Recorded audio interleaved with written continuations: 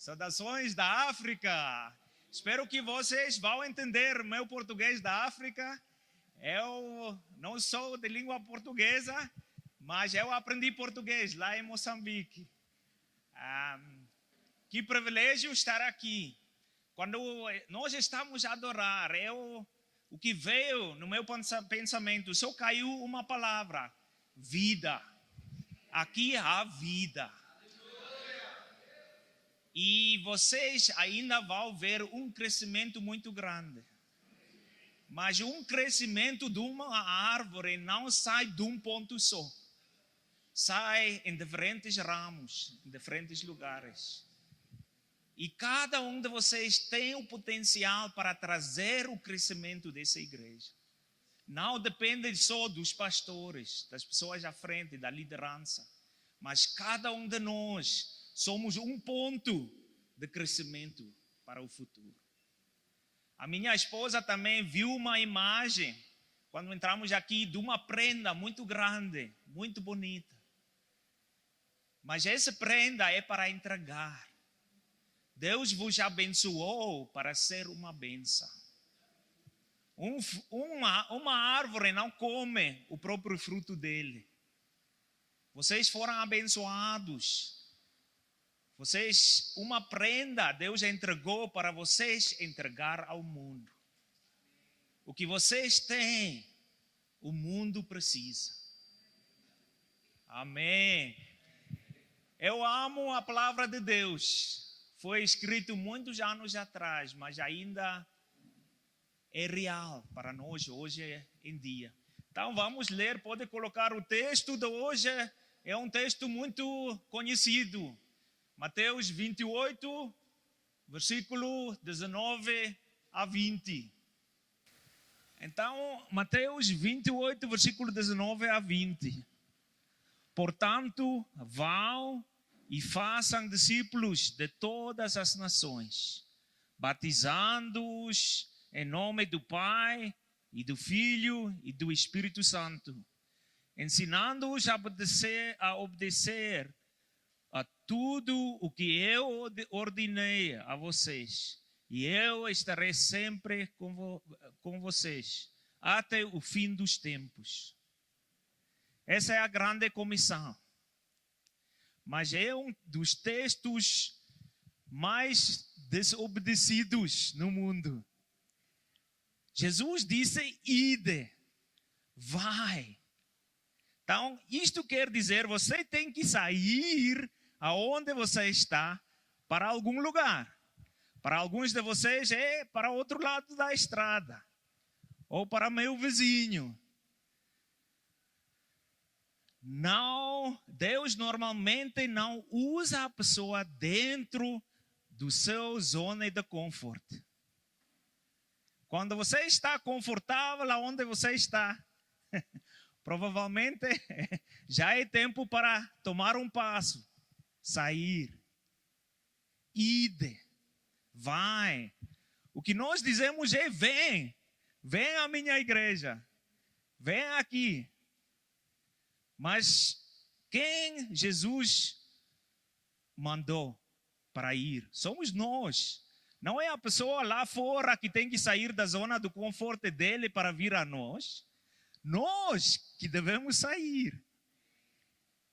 Jesus fez muito pouco das milagres dele, fez dentro do culto.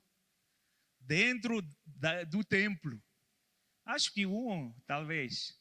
Mas ele estava lá fora, no meio das pessoas. Mesmo quando eu tentei estudar na Bíblia, como tem que ser o culto, como fazer igreja, tem muito pouco escrita sobre o domingo, sobre o culto. Mas a Bíblia, no Novo Testamento, foi escrito como viver Cristo cada dia. Então, as pessoas sabem o que fazer no domingo.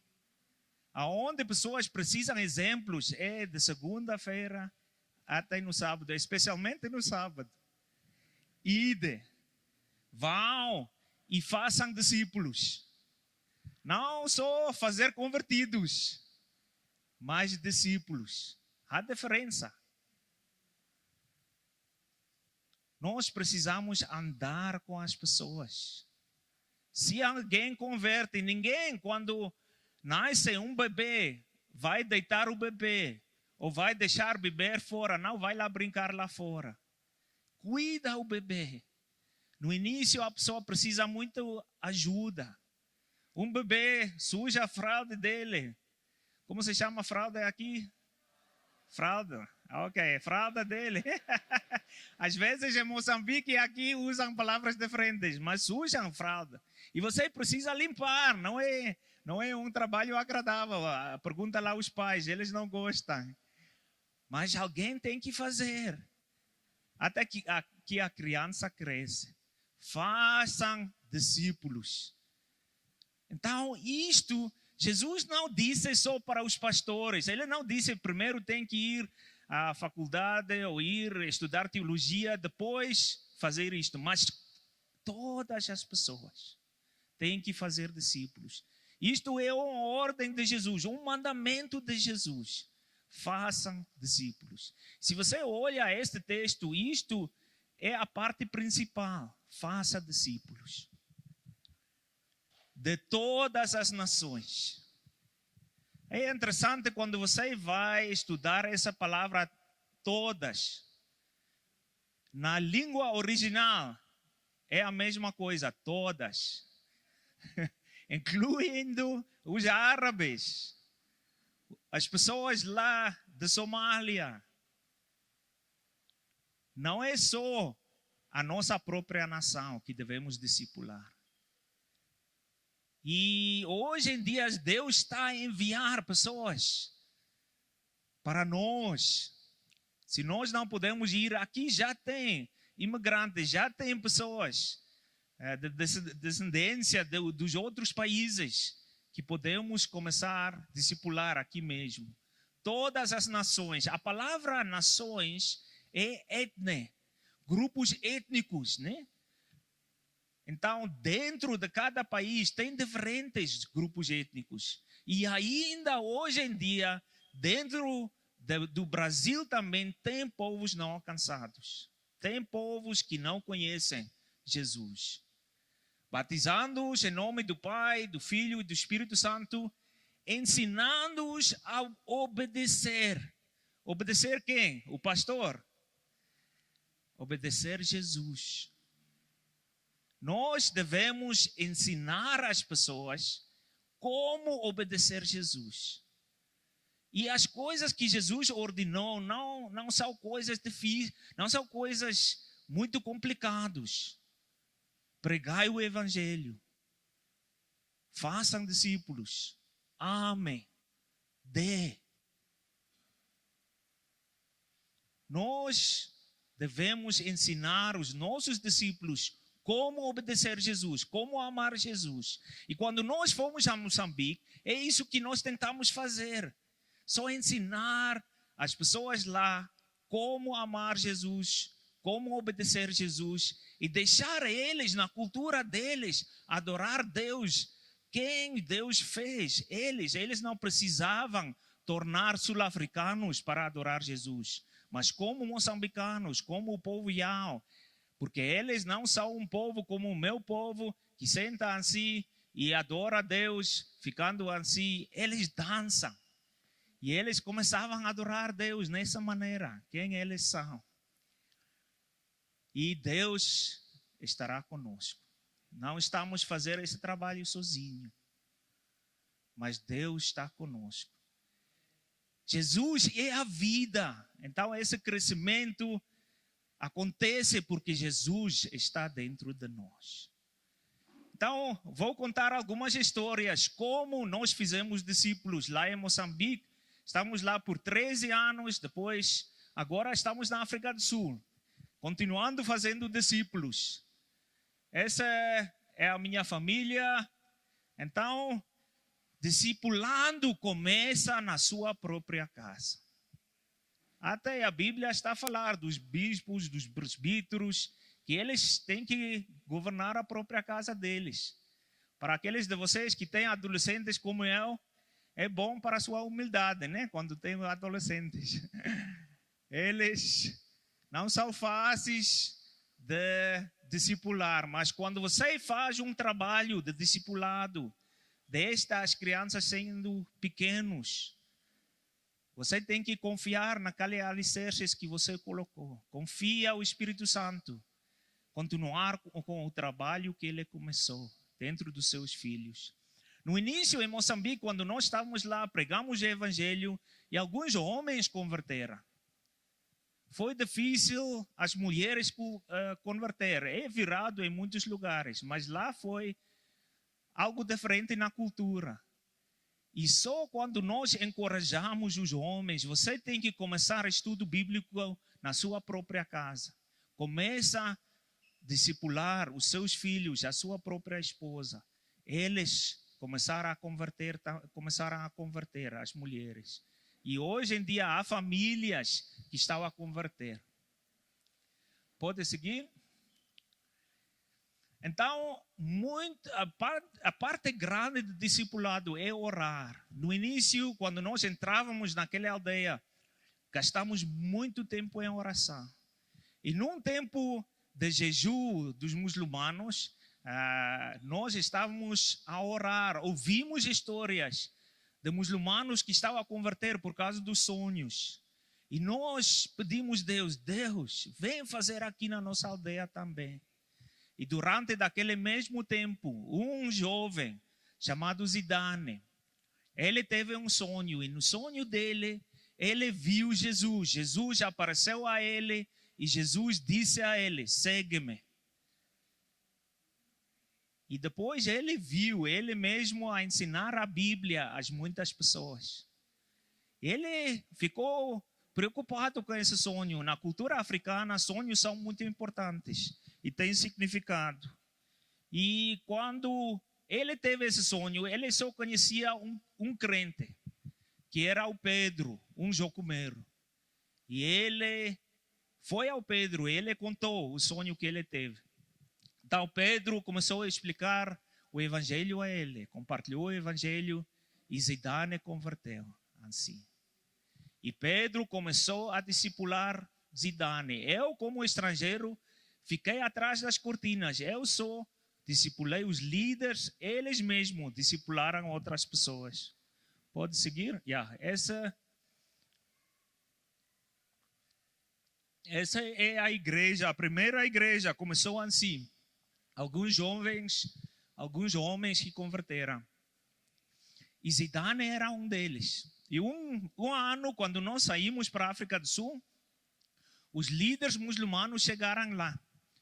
Então, é uma aldeia muçulmana onde nós ficamos. E eles ouviram que algumas pessoas converteram. E eles vinham visitar os muçulmanos com barbas grandes deles e roupas compridas. Chegaram em casa de cada crente. E eles começaram a ameaçar. Eles disseram, quem você é? O que você está a fazer? Yao, o nome do povo é Yao. Yao é um muçulmano. Você é quem? Você há de ver o que vai acontecer. Quando eles ameaçam assim, é uma ameaça de feitiçaria. E eles matam um ao outro com feitiçaria. E eles começaram a tremer, os novos crentes. Eles juntavam esse dia, juntos com Pedro. E Pedro começou a encorajar os irmãos. O trabalho discipulado, muito é encorajamento. Só precisa encorajar. Deus já colocou algo dentro das pessoas. Só precisa estar lá para eles. E Pedro começou a discipular, a encorajar. E ele pediu oração também. Escreveu para nós, por favor, ore. E nós orávamos e também mobilizamos pessoas para orar para o assunto. Sabe o que aconteceu? Dentro daquele culto, poucas pessoas que estavam lá, o primeiro a levantar foi o mais jovem, Zidane. Ele disse, eu sei que Jesus é a verdade. Mesmo que eles me matar, eu vou seguir Jesus. E um por um, esses homens levantaram, se declararam prontos a morrer para a fé deles. Isto trouxe uma vitória dentro da igreja. rompeu algo. E eles começaram a ser sérios sobre o Evangelho.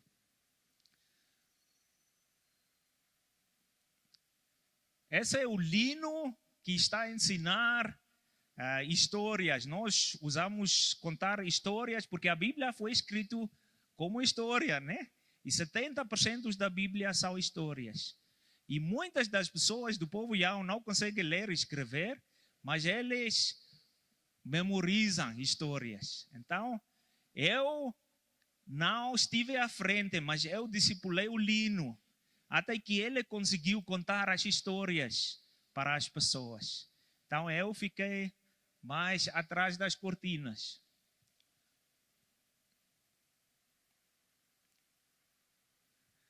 Aqui as pessoas estão a cavar no cemitério. Então, o que aconteceu? A vitória grande foi depois de nós sair. Quando nós saímos lá, tinham só 20 crentes muçulmanos que converteram.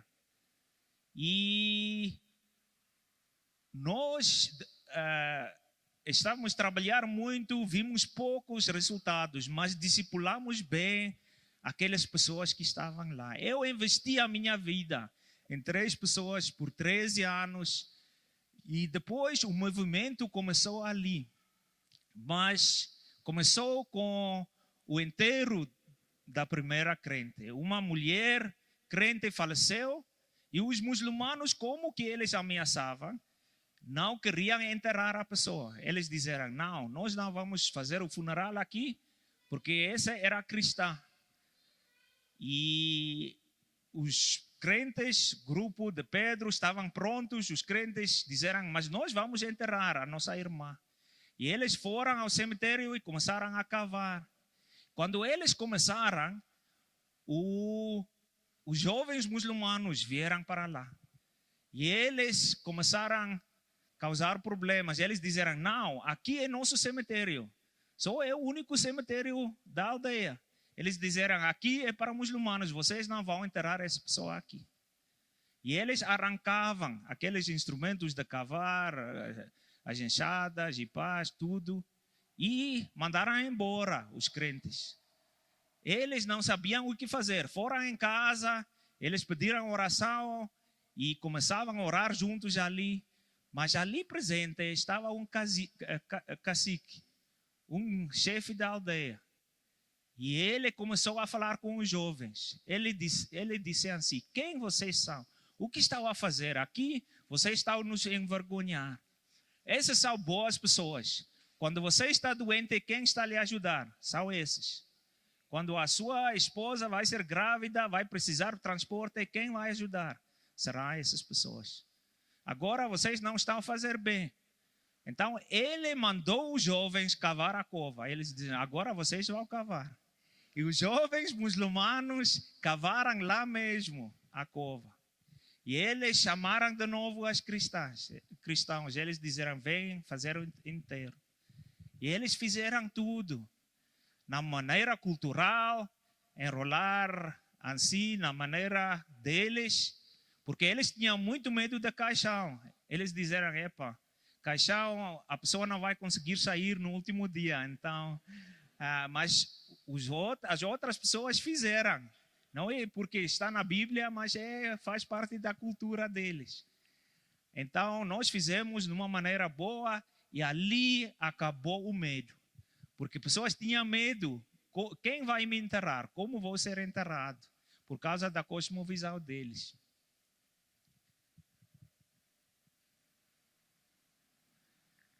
Então, isto faz parte do discipulado, é mudar a cosmovisão, a maneira de pensar. E você não pode mudar o coração da pessoa, precisa a palavra de Deus. Precisamos ensinar, estudar a Bíblia juntos com nossos discípulos.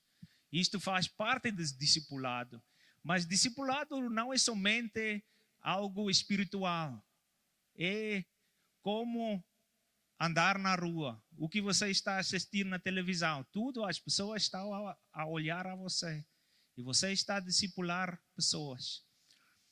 Mas depois de nós sairmos, Nós saímos em 2011, em 2013, depois de 2 anos, nós deixávamos lá 20 crentes.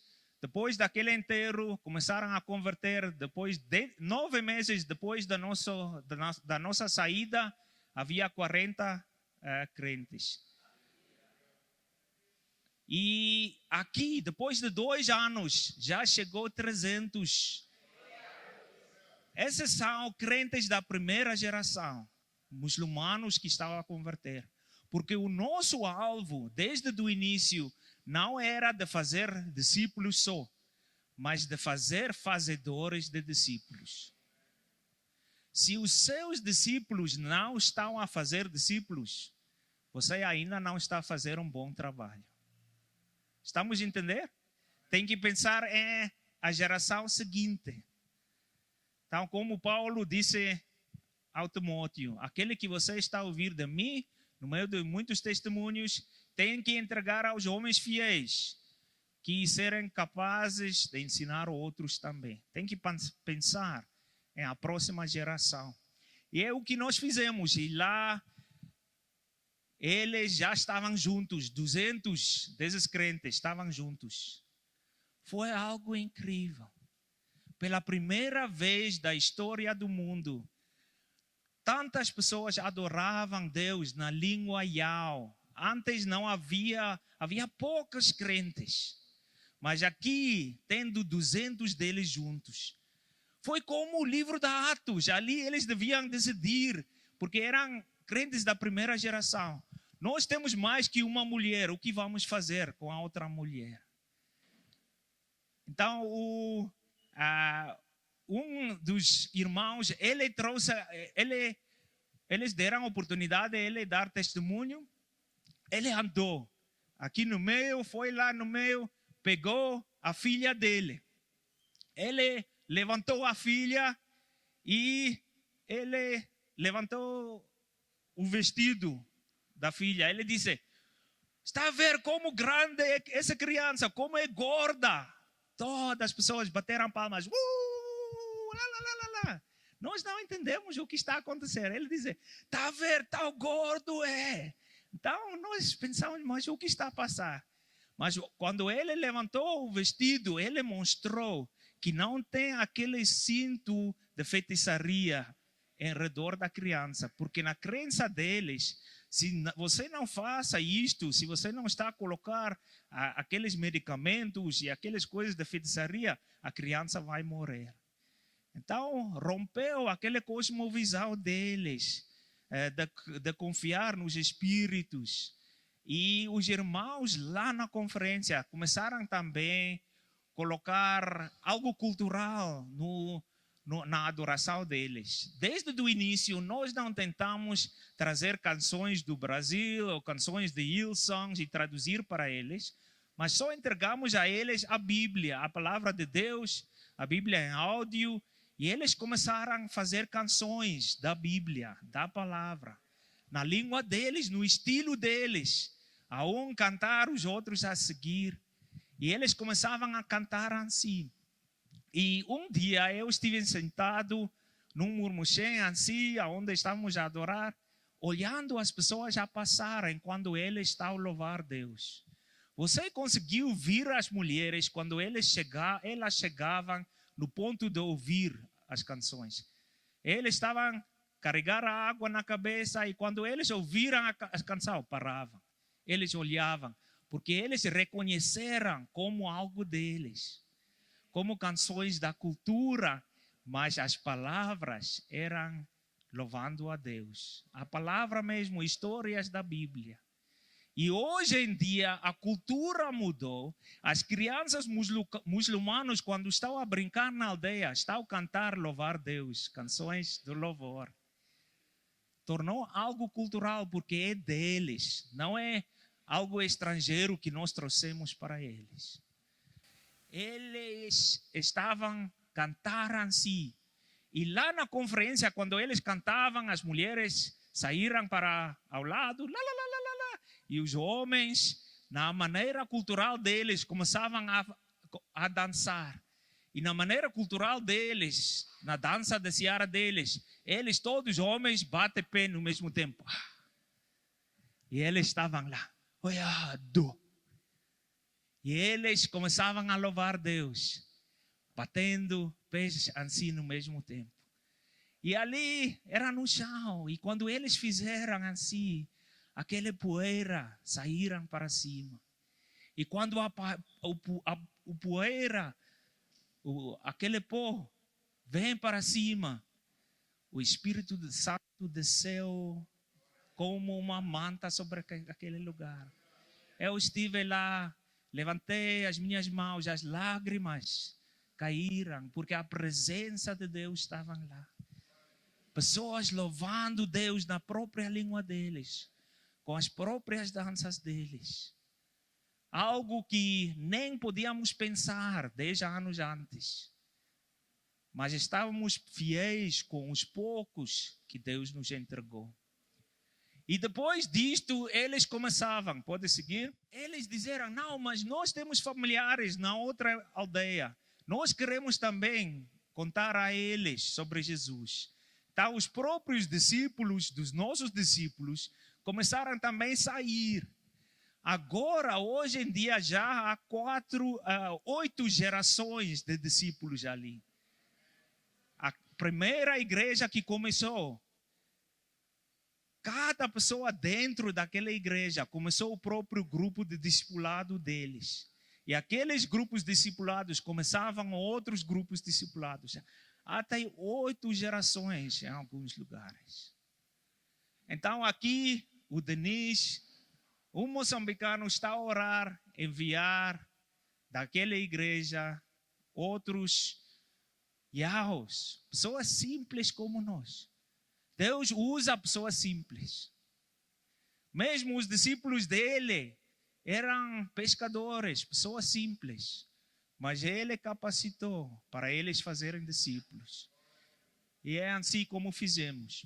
Então, esse é Pedro no meio e Joseph, 2 pessoas que eu tinha discipulado. Eu não era a única pessoa que discipulou a eles na vida deles. Mas eu andava, mesmo a sair, eu continuei a andar o caminho com eles. Porque para mim, discipulado é como ser pai.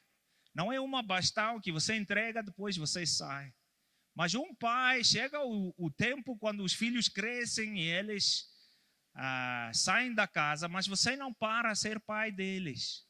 Você está disponível para conciliar, mantém aquele relacionamento. Então, esses 2 homens, nos últimos 5 anos, mais pessoas do povo Yao converteram do que na história do mundo, com centenas de missionários da fora que vieram.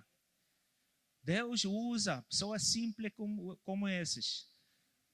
No movimento de Pedro já converteram a cerca de 1.300, até ultrapassa, é difícil contar, muçulmanos que converteram através daquele ministério simples que começavam lá na aldeia. O Joseph está no Malawi, outro lado do lago, com o mesmo povo, e também está a ver resultados. Mais que 2.000 pessoas já converteram. Eram muçulmanos, pessoas de gangues, pessoas más que estavam a converter naquele movimento. Aqui também o Johnny é um dos nossos trabalhadores. Então, o irmão da esposa dele tratou ele muito mal na aldeia. Ele era chefe da família e expulsou da aldeia. E 2 anos atrás, fui mais em Moçambique, encontrei essa pessoa. John me perguntou, você conhece quem é? Eu disse, não sei. Ele disse, é aquele que me perseguiu. Ele recebeu Jesus agora. E agora tem igreja naquela aldeia onde os cristãos foram expulsos. E assim posso contar história após história após história. Aqui também pessoas que converteram. A casa deles foi queimada por causa de ser crentes. Eles foram expulsos O outro foi batido por causa do evangelho, mas ele voltou. Quando eu perguntei a ele, Jacinto, por que você está a voltar para lá? Ele disse, não, quando você trabalha na sua horta, às vezes a enxada bate no dedo. Mas mesmo assim, é o meu trabalho. Eu tenho que trabalhar. Eu volto para a minha horta. Então, está a trabalhar esses para o evangelho. O evangelho está a espalhar muito rápido. Não por causa de nós como estrangeiros, mas por causa das pessoas locais. E agora na África do Sul também estamos a tentar fazer discípulos. E estamos a ensinar as pessoas da igreja, capacitar eles como fazer discípulos lá fora. Esse é um dos caciques que converteu.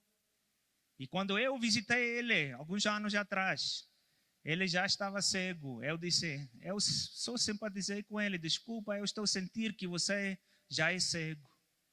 Ele me pegou assim no ombro. Ele disse, não, eu era cego antes de vocês virem aqui. Agora estou a ver, eu vejo Jesus. Eu vejo no céu. Ide e fazai discípulos. Vão e façam discípulos de todas as nações. Não é algo difícil só para algumas pessoas. É algo para cada um de nós. Eu dediquei a minha vida para fazer discípulos das nações. E aquele que eu aprendi até agora, Deus está a usar. E eu quero continuar com o resto da minha vida. Essa é a minha história. Qual é a sua história? Porque vocês sabem, Deus tem uma história para cada um de nós. Deus tem algo para você. Você tem somente uma vida para viver. Não pode desperdiçar essa vida para si mesmo. Entrega para Deus. E se você quer fazer algo grande que vai permanecer quando você sai, faça discípulos. Que vão fazer discípulos, que vão fazer discípulos. Não é só para os líderes, é para cada um de nós. Aonde você está? O que você tem na sua mão? Ensina outros a fazer o que você está a fazer. Vamos orar. Obrigado, Senhor. Obrigado por nos mostrar o caminho, Senhor. Dedicar a sua vida em poucas pessoas para mudar o mundo inteiro. Obrigado por essa igreja.